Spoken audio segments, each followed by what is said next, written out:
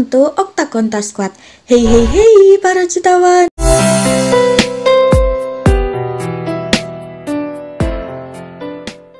Halo, Assalamualaikum warahmatullahi wabarakatuh. Jumpa lagi dengan aku, Siti Syamsiatun dari Tadris IPA IAIN Kudus Posko 80. Nah, pada vlog terakhir ini, aku akan membahas binatang di area rumah.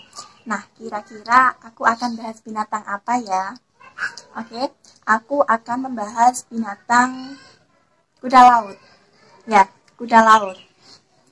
Kenapa aku membahas kuda laut? Yaitu karena kuda laut memiliki keunikan tersendiri sebagai ikan hias. Tak mempunyai nilai tambah yang besar sebagai barang antik dan juga sebagai bahan obat-obatan dalam bentuk tepung. Kuda laut atau tangkur kuda merupakan jenis ikan komersil untuk pengobatan.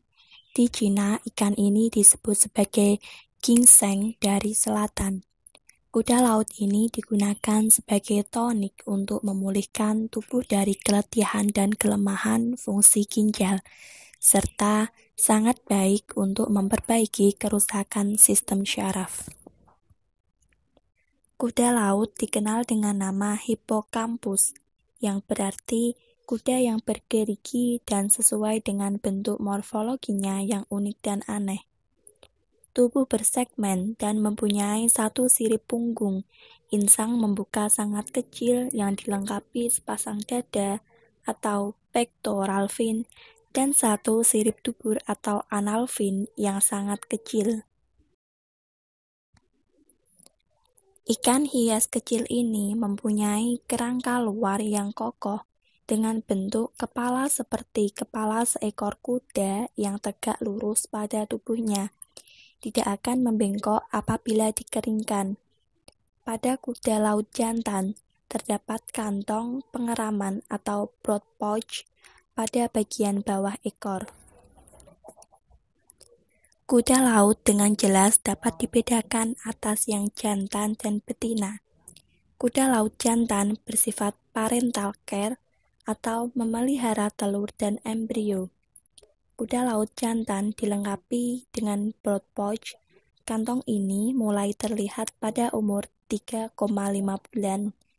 Fertilasi dilakukan secara internal saat betina meletakkan telurnya pada kantong pengeraman jantan. Kuda laut termasuk hewan vivipar, yaitu hewan yang bertelur, mengeram, dan melahirkan dengan suplai makanan melalui pembuluh darah.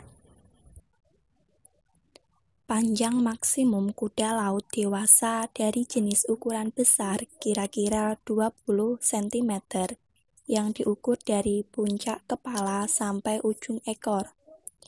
Sedangkan panjang maksimum kuda laut dewasa dari jenis terkecil kira-kira 4 cm. Proses reproduksi kuda laut sangat unik. Mereka mengeluarkan bunyi yang tidak jelas selama musim memijah. Selama musim pemijahan, kuda laut menunjukkan tingkah laku reproduksi yang aneh dan beragam tergantung pada masing-masing jenis. Kuda laut berhidung pendek atau Hippocampus brevirostris. Aktivitas pemijahan biasanya dimulai di mana si jantan saling berjumbu satu sama lain dengan tujuan untuk memikat si betina. Jantan Hippocampus boleh merayu jantan dari jenis yang berbeda, seperti Hippocampus cutulatus.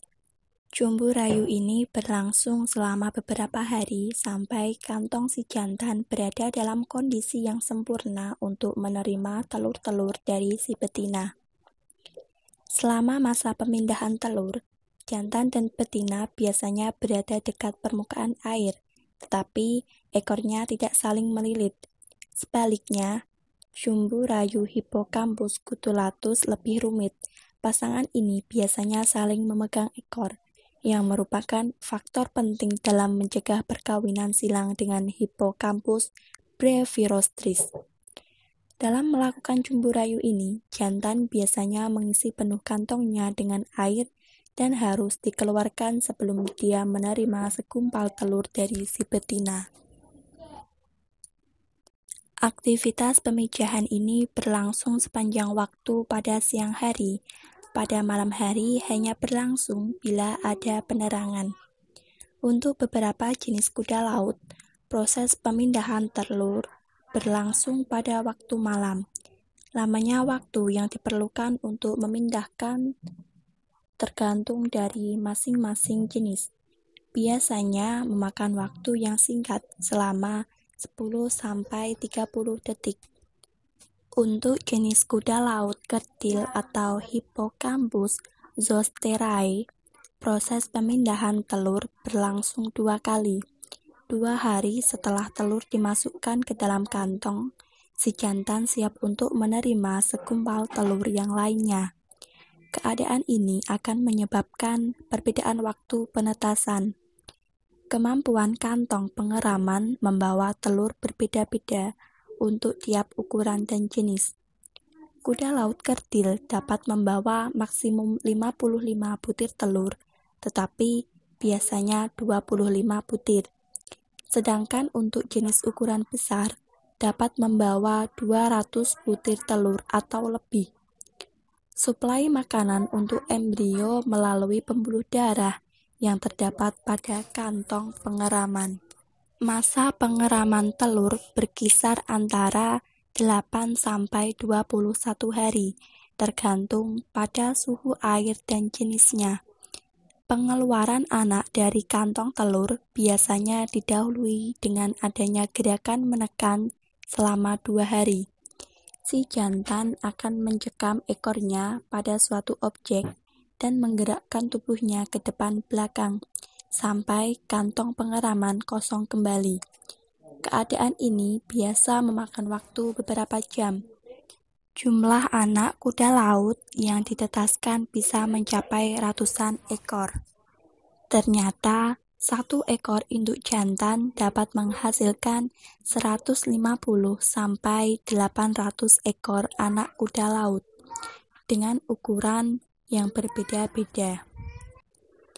Namun, salah satu masalah dalam proses kelahiran ini, kadang-kadang ada beberapa anak kuda laut yang tidak menetas dan mengalami kematian dalam kantong sebelum lahir. Hal ini akan menyebabkan terbentuknya gas. Di dalam akuarium, kuda laut dapat membuka kantongnya dan mengeluarkan gas dengan jalan menekan sisi perut yang berlawanan. Kemudian, kuda laut akan kembali ke dasar dan berenang dalam posisi normal. Nah, demikian tadi sedikit penjelasan mengenai kuda laut. Semoga bermanfaat. Wassalamualaikum warahmatullahi wabarakatuh.